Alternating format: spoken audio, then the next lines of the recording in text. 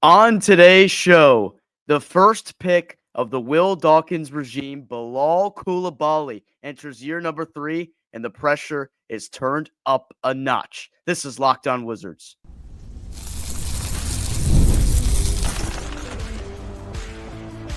You are Locked On Wizards, your daily Washington Wizards podcast, part of the Locked On Podcast Network. Your team every day.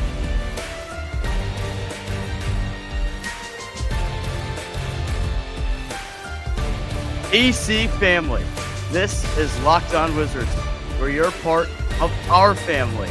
We thank you for making Locked On Wizards your first listen every single day. We're part of the Locked On Podcast Network, where it's your team every single day.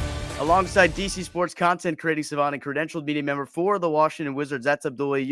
Check him out on Instagram, host to the DMV Sports Zone page. I'm Ben Strober, and I cover all things DC sports for 106.7 The Fan and the Team 980. This episode is brought to you by Monarch Money. Take control of your finances with Monarch Money. Use code LOCKEDONNBA at monarchmoney.com for 50% off your first year. AB, what's going on, my friend? Dude, that intro, that was fire. I just heard it first time ever, live, and that was great. I'm looking forward to using it in the future. I know, man. I was excited to finally get some music in the bed here so we could hopefully no copyright. Hopefully. This one's provided to us by the Locked On Network. So if that were the case, there'd be some problems internally, but we should be good with this one. And we got a lot to get to here in today's episode of Locked On Wizards. We'll jump into Bilal Coulibaly, who enters year number 3. The former number 7 overall pick, Washington trades up one spot to get him. The first pick of this Will Dawkins-led regime here in Washington. The pressure is beginning to build, and he needs to take a jump in year number 3. Why will he prove himself this year? I think he will. We'll tell you about that in segment number 2. What if he doesn't? What are the possibilities looking like for this franchise if Bilal isn't an all-star kind of player, if he doesn't evolve the way we believe he will? We'll touch on that in the third segment. Maybe we'll get into some stuff with the new uniform leaks that we saw come out today. Those new City Edition gold uniforms. We'll touch on that in the third segment. AB, one thing's for certain here in year number 3 is Bilal Coulibaly becomes extension eligible. Now, one thing that's been very prevalent throughout his first 2 years of his career is how talented he is defensively. He's already one of the better perimeter defenders, overall defenders for that matter, in the entire NBA. But one thing that stands out about him through his first 2 years is that he hasn't really been able to play a full season. Was only able to play in 59 games this past season, 63 in his rookie year. And I know he was kind of effectively shut down to end the season, but health is the number one priority you want to see from him in year number 3, is him get to that mark of playing around 70 to 75 games at least right now. Yeah, and I think the biggest thing on top of the health is I want to see the guy be confident, Ben. There are games these past 2 years in his NBA career where I see him take 4 shots a game, the next game 10, 15 shots, and the next game only 2. Now that you don't have the distraction of Kyle Kuzma here, I think that was a big reason why his development was a little hindered. And you saw the strides that he made. I know I hate when I bring it up, but I'll keep talking about it. Less than 24 hours, you trade Kyle Kuzma. He gets his first career triple-double. The Wizards ultimately win that game against the Brooklyn Nets. You see the strides that he takes offensively. Defensively, he's already a menace. I remember, I think it was year 1 or year 2, and I think it was year 1, Bilal Coulibaly just going up and trying his best against Giannis Antetokounmpo, one of the best players in the NBA, and he did a great job on him. Defensively, him and Alex are going to be a great defensive duo, the blocks, the steals, hands in the passing lane. It's going to be fun watching him defensively, but if he can develop that offensive game, Ben, I really think he can be a great two-way player in this league. And it all comes back to his fundamentals of being able to shoot the ball, mechanics. That's one thing that I wanted to see him work on this offseason. Going in year 3, he wants that money. Also, the idea of bringing in Cam Whitmore. Cam Whitmore, a guy who has a lot to prove as well. And if Cam Whitmore is the guy that steps up offensively and Bilal continues to be this guy that hesitates to shoot shots, who knows, maybe Cam Whitmore takes his spot. I don't want to see it happen. I want to see both guys succeed here in Washington, but there's some pressure on Bilal Coulibaly. As much as people don't want to talk about it, he needs to step up come year 3 because, again, he was the first round pick, the first draft pick in general in the Will Dawkins regime, and they're banking on him. Yeah, and when I use the word pressure, I throw that word around saying it's more from the sense where the organization needs to see what kind of future they see with Bilal Coulibaly. Not from the sense where if he doesn't prove himself here in year number 3 that he's going to get cut or something like that, or he won't be here long term, because that still is definitely the realm of the possibility that he is here long term, even if he doesn't ever evolve into an all-star or all NBA type player. And look, one thing I noticed, I got the French jersey on right here, the French soccer jersey. Crazy. It's crazy that I just happen to be wearing that right now for this episode. But the two French guys on our team, Coulibaly and Sarr, the two things that I think they need to work on the most, and Coulibaly especially since we're focused on him in this episode, is confidence, the ability to just get downhill and take it strong to the rack, because Coulibaly is one of the more athletic players we've ever seen in a Wizards uniform. The way he can get up and throw things down. We saw a couple of the dunks he put down last year. That one lob that he caught, I think it was against Charlotte, where he went up and pulled it back with one hand as he caught it and threw it down. And you just think to yourself, oh my God, this dude has the potential to be one of the craziest. Ben, we talk about AJ Johnson being athletic, but Bilal is close to second. Even more. His initial first step and then going up, dunking it, it's actually unbelievable. So one thing that a lot of people are fixated on with his game, and it's something that I'm definitely focused on as well, is how he can shoot from the outside. And that's something that's been a work in progress for him. And he has his moments where he flashes throughout the 2 years of his career, where he does have a couple of solid performances from the outside, but he did take a slight step back as a three-point shooter in year number 2. He was around 34% in his rookie year, which was pretty respectable for a guy coming out of the draft where you knew that his offensive game was pretty raw. I think a lot of Wizards fans were excited to see him around that 35% mark. And then he drops down to below 30% in year number 2. Now his his usage from the three-point line grew a little bit. He went from shooting just under 3-3-pointers per game in his rookie campaign to around 4 in his sophomore year. So maybe that's something that you have to look at as well, is because the usage was up a little bit for Coulibaly. That's why you saw a dip in the numbers. But you expect that to continue here in year number 3, where you continue to see him try to stretch the floor from the outside, create his own shot off the dribble. I know he's been in the lab like crazy this offseason working on his handle, because that's another aspect to his game that maybe was missing for the first 2 years. Because if he has the ball handle on lock, he has the speed, he has the athleticism, he has touch around the rim. That's what could make him so effective as a scorer in this league. And he's proven himself defensively for me, which is why I know he'll be around long term. Will it be under some serious money because he's an unbelievable offensive talent, a two-way talent as well? That remains to be seen. I do believe in Bilal Coulibaly, but I'm not worried about his spot here long term because of what he brings to the table defensively. The pieces are there for him talent-wise. He's going to continue to grow into his game, and no matter what happens with him long term, he's going to be a valuable player for this team. He just turned 21, Ben. I mean, exactly. He is so freaking young, and I'm excited. I think a pick and roll with him and Alex Sarr could be really, really lethal. If he gets the shot going, defenses are going to have to step up on him, and he can also blow by defenders. The athleticism, like we mentioned, is off the charts. And I think a guy like him definitely is going to have to be in his bag more. I want, as much as I want to see the ball go to Bub Carrington, Trey Johnson, I think Bilal Coulibaly is a guy that can bring the ball up. And we'll just have to see. Again, there's not that many excuses this year where it's like a lot of the older guys are holding you back. You have Chris Middleton, you have CJ McCollum, but Bilal, it's your time to shine. This is the best opportunity you're going to get when it comes to touches. And we just can't see games again where it's one game he has 4 shots, the next game he has 15. Like, you have to be consistent when it comes to shooting the ball, because at the end of the day, we want to see you get better. I love Bilal Coulibaly. I was a big fan of him coming out of that 2023 draft. All the talks were about him being Wemby's sidekick, but I think Bilal has the makings of being a really good two-way player in this league. 100% agree with you there. And I like that you brought up the point of being assertive with Coulibaly, because there are some nights where you feel his impact on the defensive end, but you feel like something's being left on the table because he's not asserting himself offensively. He's not showing confidence with the basketball in his hands. And, he's a guy I feel like you need to get him going early on in the season. I feel like this is going to be a Wizards year, obviously, because we're not expecting the team to win a lot of games, where they might do a lot of the winning that they do.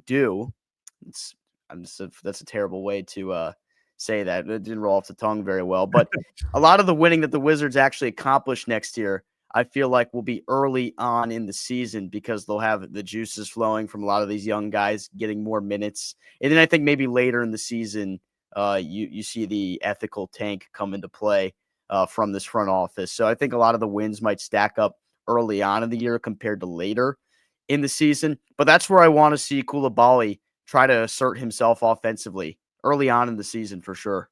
Also you mentioned it earlier. I want to see him play 82 games. It'd be awesome. But I don't want to see another season-ending injury because 3 years in a row that brings up your availability aspect. And when it comes to a contract year, you want to get as much money as you can. And the best ability in sports is availability. So Bilal got to stay healthy come year 3. Yeah, I mean, you see how it works in other sports. You can be available all the time, and you still might not get the contract extension you're looking for. Ask Terry McLaurin. He is 9 years older than Bilal Coulibaly, which is insane to think about. He's 9 years older than the guy. But yeah, we hope Terry McLaurin gets signed for sure. Bilal Coulibaly under more pressure than ever in year number 3. He will prove himself, and we'll tell you why in the next segment here on Locked On Wizards. Ever wish managing your money felt easier? With Monarch Money, it can. Whether you're growing your savings or planning a big purchase, Monarch puts you in the driver's seat. It's like having your own personal CFO giving you full visibility and control over your finances. Monarch Money is more than a budgeting app. It's a complete financial command center, and you can track all your accounts, investments, and spending in one place. So in addition to managing money, you're also building wealth. One thing that surprised me when I downloaded the Monarch Money app was how much I was spending going out to eat. That was the biggest problem for me ever since I graduated college. Got Monarch Money, and now I have complete control over my finances, and I'm saving more than ever. Take control of your finances with Monarch Money. Use code LOCKEDONNBA at monarchmoney.com for half off your first year. That's monarchmoney.com, code LOCKEDONNBA for 50% off your first year. There's a lot to prove in year number 3 for Bilal Coulibaly, the first draft pick of the Will Dawkins regime. Former number 7 overall pick in his sophomore campaign, averaged 12 per game, with the assist number going up to 3.5. Now, one thing that was a slight concern for Coulibaly was the turnover numbers that did increase in his second year, but I think it's because he had the basketball in his hands so much more. But why is he going to prove himself? I think because the situation he's in this year is why he's going to prove himself. You've seen how many wings they've added to this team. I know Corey Kispert is technically still in the mix. I know you and I have talked a lot about how we're not sure when he will not be on this team anymore. We feel like could be any day, could be at any moment, but at some point before the season, we see Kispert probably find his way out the door here of Washington. There are so many players on the wing right now. And I feel like in a way it's strategic to get that motivation, get him going. I feel like if you're Coulibaly in this spot, you have to see, okay, the organization is trying to see, what sticks. You throw a million things against the wall. Some of it is bound to stick at some point. And if you're the Wizards right here, you take a deep look at, everything you have and you say, we're not set on anybody on this team right now. We don't know who's going to be here long term. We have so many players that are young. We got 12 players under 24 years old. So the potential for so many of these guys is all over the place. If you're Coulibaly right here, this is where you need to step up. And if he has that mentality inside himself where he feels like he needs to prove himself, that's where I feel like we do see the assertive Bilal Coulibaly, the confident one that we've seen on multiple occasions throughout his short career so far, where he goes out there and he dominates on both ends of the floor. It's coming. It's just got to be a consistent thing for Bilal, but I think he does it here in year number 3 with the added pressure. And I think, like you mentioned, Justin Champagnie, Corey Kispert, Will Riley, these guys are going to be competing for minutes. I know as much as we question how Corey Kispert's still on this roster, he's still going to go out there and compete. He wants to get as much minutes as he can. And Bilal Coulibaly, my question to you, Ben, right now, as the Wizards stand going into this year, crunch time situation, outside of like CJ and Chris Middleton, when it comes to the young guys, do you put Bilal as that guy that you want to take as the last shot, or do you put a guy like Bub or Trey or Alex Sarr? Like, if you're Bilal Coulibaly and you want that type of money, you have to be that guy to take that last shot. It's just something that I was thinking about, because you want to be that franchise player, and franchise player takes those last second shots. Yeah, that's a really good question, actually. And I think my answer will be dependent on how good Trey Johnson is in his rookie year. And I know Bilal would be the guy that you want uh, to be up for the challenge, to take those type of shots, make those type of shots. But what we know about Trey Johnson, what Chad Myers told us in our last video, if you missed that, check it out. Former high school coach of Trey Johnson at the Link Academy, Chad Myers, incredible interview that we had with him. He told us one of the things about Trey Johnson that stuck out to him throughout his time at Link Academy and his time at Texas, and what will translate to the NBA, is he's one of the best tough shot makers he's ever seen. So if that's the case for Trey Johnson and he proves himself to be able to take that title in the NBA as well, that would be my guy, taking those tough shots. You want a guy that can make anything from anywhere on the floor in that moment. Coulibaly, if you're in a situation where you're down by a point at the last possession and you draw up a play that gets him some space with the basketball in his hands to drive to the bucket, I think that's a good move for him because he has the athleticism to get to the cup. If he gets just a degree of separation near the rim, he could throw it down for you or just get all the way to the rack and put it home. That's the kind of situation I could see him thriving in late in the game. If they needed a three late in the game, I would go to somebody else for sure, probably Trey or even Bub.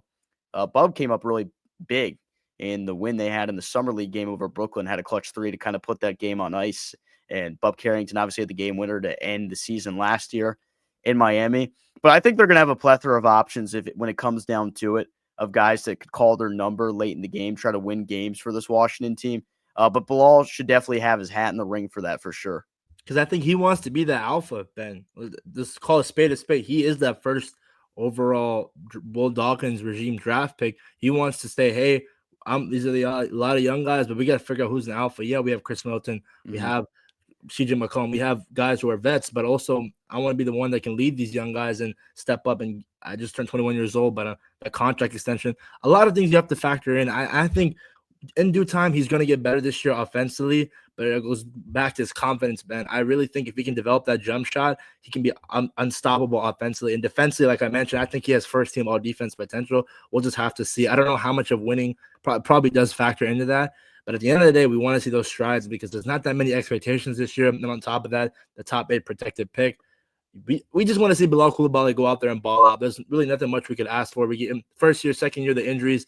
Year 3, you can't have a season-ending injury this year. It's going to be hard to keep defending this guy if he goes into another year where his season's cut short due to injury. Yeah, absolutely. One of the things with Bilal, I think, that gives him the killer instinct, or why I think he might have that killer instinct here. And remember, the workout videos we've seen, he's been talking a little bit of smack, and it's almost like everyone's saying, damn, he's been spending too much time in America. Like, he's learning the way people in street ball will talk smack. And you see the proof of that in his workout videos. Like, it seems like he's been playing basketball in America for a long time. Well, speaking of playing basketball overseas, we're going to have the Euro Basket Challenge, which starts really soon. Bilal and Sar and Keyshawn George, who's playing with Canada. I believe I saw that Keyshawn George actually going to play with Canada in the I competition. didn't know he was Canadian. So it's the Swiss Canadian. I forget. There was a whole explanation. I think something to do with his dad as well that gives him the ability to play for Team Canada. But I'm interested to see what Bilal and Sar do against that type of competition because that the European basketball right now, that's an iron sharpens iron type of mentality that you get out there, and it's crazy the way European basketball has really taken over the sport.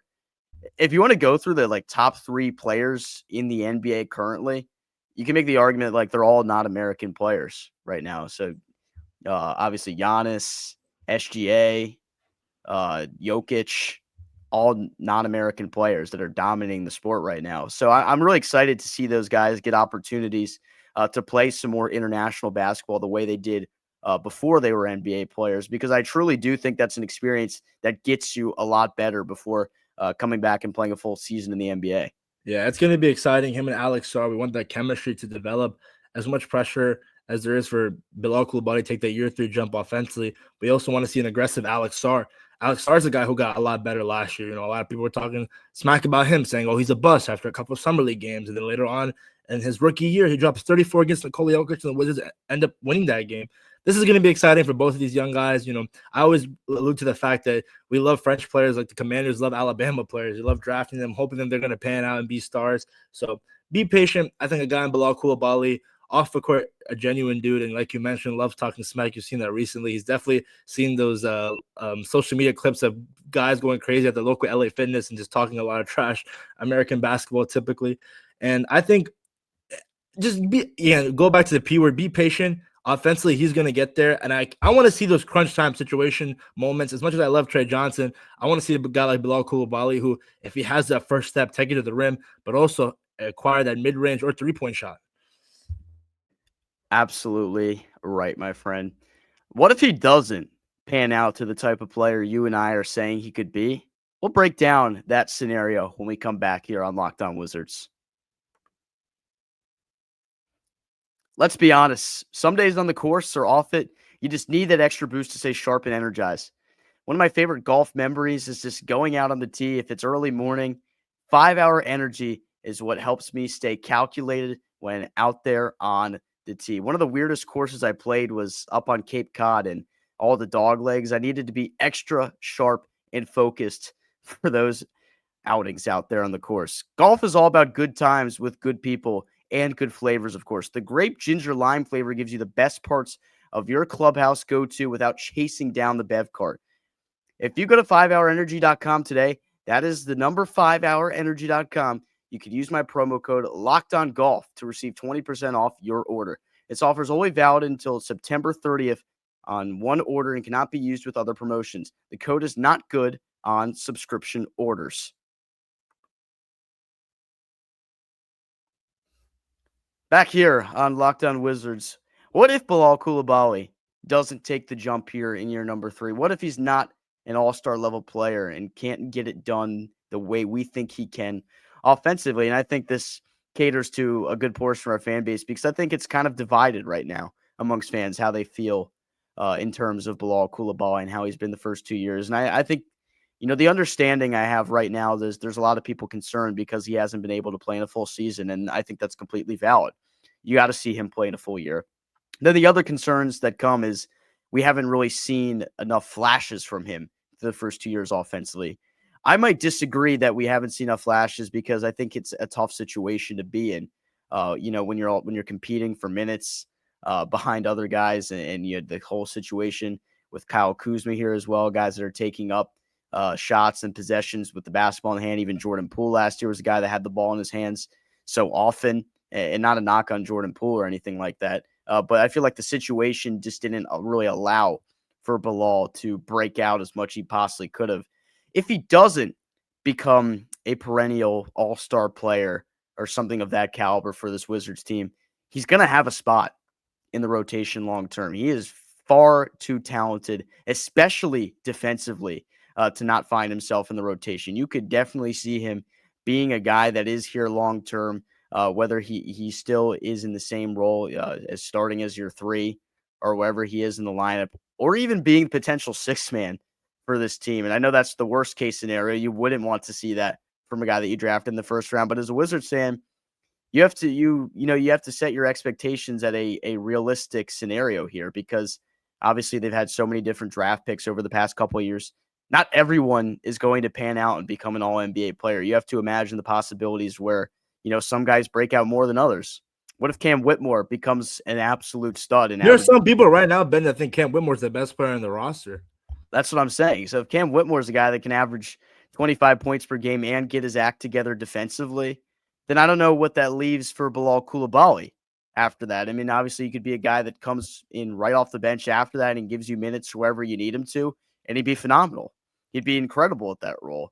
Like, we just have to, kind of gauge where we could see him going from here. But, I mean, Abdullah, I'll just ask you firsthand, how do you see this whole thing panning out with Coulibaly in your number 3? I see where you're going with, Ben. A lot of people need to realize, NBA fans especially, not every player is going to be a superstar and all-star, and that's fine. There's so much talent in this Wizards squad. If you can somewhat find a role, if Bilal doesn't take that year 3 jump offensively, defensively, he's already there. A big reason why, you go from Johnny Davis in 2022 to Bilal Coulibaly year 3, you see 2023, you're happy that at least Bilal Coulibaly can play defense. Johnny Davis, God bless his soul, but he could not shoot the ball I mean, he couldn't. Let's be realistic, Wizards He fans. couldn't do nothing. And defensively, I know. Let's call a spade a spade. Really couldn't do anything. But Bilal, defensively, he'll go up to a guy and guard him, face guard him, and that's what we need here in DC. We need guys that can play defense. I mean, Jameer Watkins, a guy who was 8 steals in the summer league. I mean, you just want to see guys who put their hands in the passing lanes, because bottom 5 in a lot of defensive categories, and I'm tired of seeing teams come into our house and drop 150, 140, 160 points. At some point, as Wizards fans, you get fed up, and guys like Bilal Coulibaly can definitely change the trajectory of your defensive performances night in and night out. And at the end of the day, if he doesn't become that offensive juggernaut averaging 20 to 25 points per game, it is what it is, because I know defensively he's going to show up and he brings that enthusiasm and he wants to be a Washington Wizard. You could tell this guy was drafted when he was a kid, and from where he is now, he just looks better, more mature.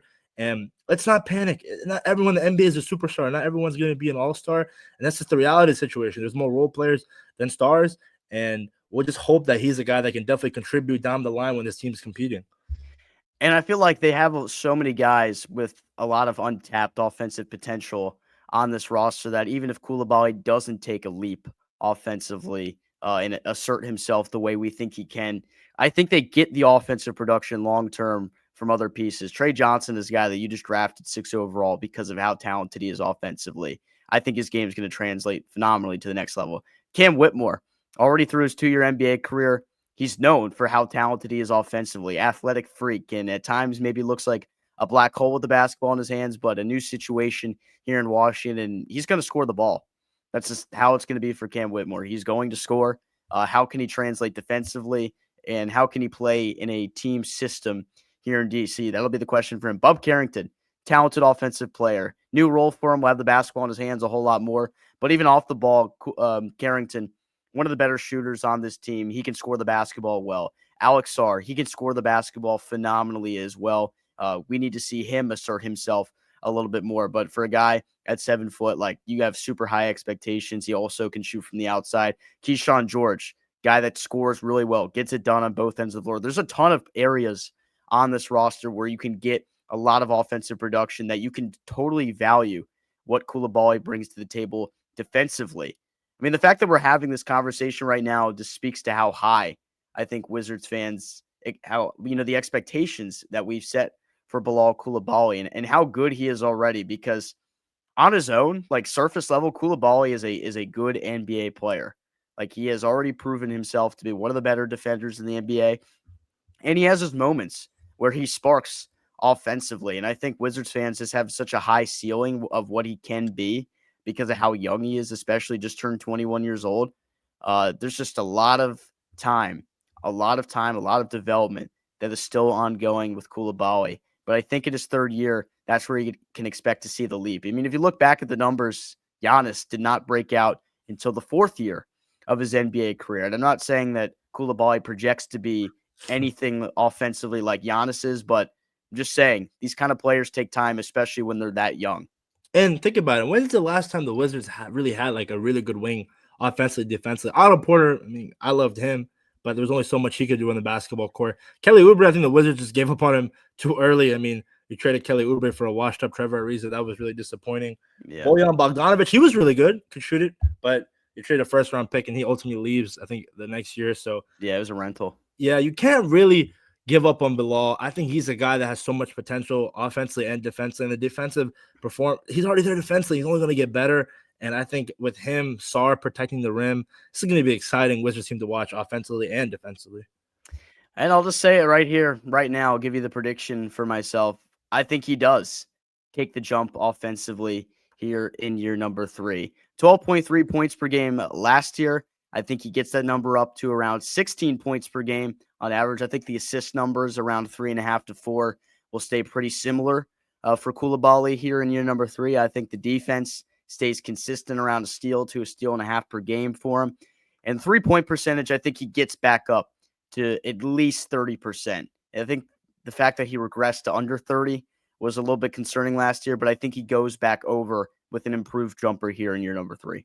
Yep, couldn't agree with you more, Ben. I think he's going to take that year 3 jump, and it's going to be exciting. I can't wait. A guy like him alongside Trey Johnson, CJ McCollum not too long ago dropped 50 points, was against us, but it is what it is. Bub Carrington.